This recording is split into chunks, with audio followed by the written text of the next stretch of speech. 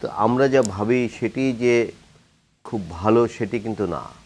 এই যে আজকে যারা আন্দোলন করেছে, যারা এই সরকারের পতন ঘটিয়েছে, তারা যে চিন্তা চেতনায় কত আধুনিক আমরা কিন্তু আগে বুঝতে পারিনি। জি। আমরা ভেবেছি তারা শুধু বিসিএসের জন্য প্রিপারেশন নেয়। অনেকে দুষ্টুমি করে নানা কথা বলেছে, তারা সারাদিন মোবাইল টিপে বিদেশি সিনেমা দেখে, গান শুনে তাদের বিরুদ্ধে দেশের ভিতরে। যেমন আমার প্রথম এক ধরনের অভিমান হয়েছিল যে ছাত্ররা শুধু নিজের কথাই বলবে। যেমন আমাদের আজকে যিনি শহীদ ভাই আছেন, আপনি আছেন, সবাই ঢাকা বিশ্ববিদ্যালয়ের ছাত্র। আমরা জানি যে সকল গণতান্ত্রিক আন্দোলনে বাংলাদেশের গণতন্ত্র উদ্ধারে কিন্তু প্রথম ঢাকা বিশ্ববিদ্যালয় ভূমিকা পালন করেছে। আমার কেন জানি মনে হচ্ছে দেশটা যে 15.5 বছর ধরে বা 16 বছর ধরে গণতন্ত্র, যেমন এই প্রজন্ম, আমি জানি না আহনাফ কোনোদিন পেরেছে কিনা ভোট দিতে, এদের কোনোদিন কিন্তু প্রায় 4 কোটি বা তারও বেশি এরা কিন্তু কোনোদিন ভোট দিতে পারেনি।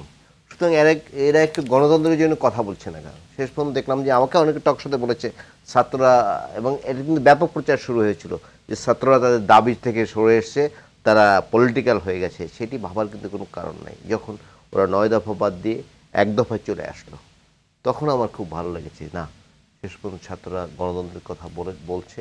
এবং গণতান্ত্রিক প্রতিষ্ঠানগুলো যদি ঠিকভাবে না চলে তাহলে তো দেশে ঠিকভাবে চলে না। আমরা তার প্রমাণ পেয়েছি যে রাষ্ট্রীয় সকল প্রতিষ্ঠান, তিনি একজন প্রতিনিধি আমরা, তিনি জানেন আরও ভালো, দেশের সকল রাষ্ট্রীয় প্রতিষ্ঠানগুলো শেষ করে দেওয়া হয়েছে।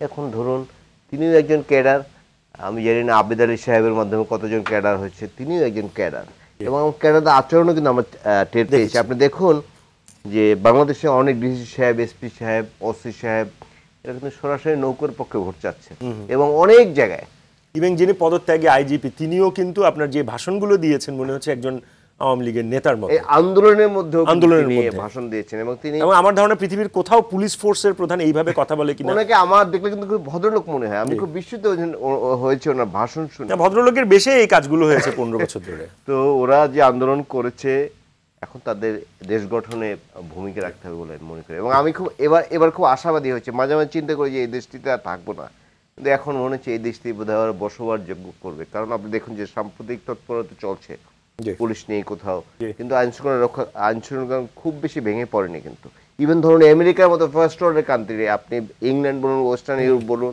যদি এতদিন পুলিশ না থাকে দেশের অবস্থা খুব ভালো থাকতে বলে আমার মনে হয় না।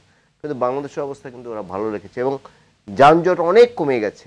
এবং যারা রাস্তায় নামেন তারা কিন্তু খুব খুশি যে তাদের কোনো ঘুষ দিতে হচ্ছে না।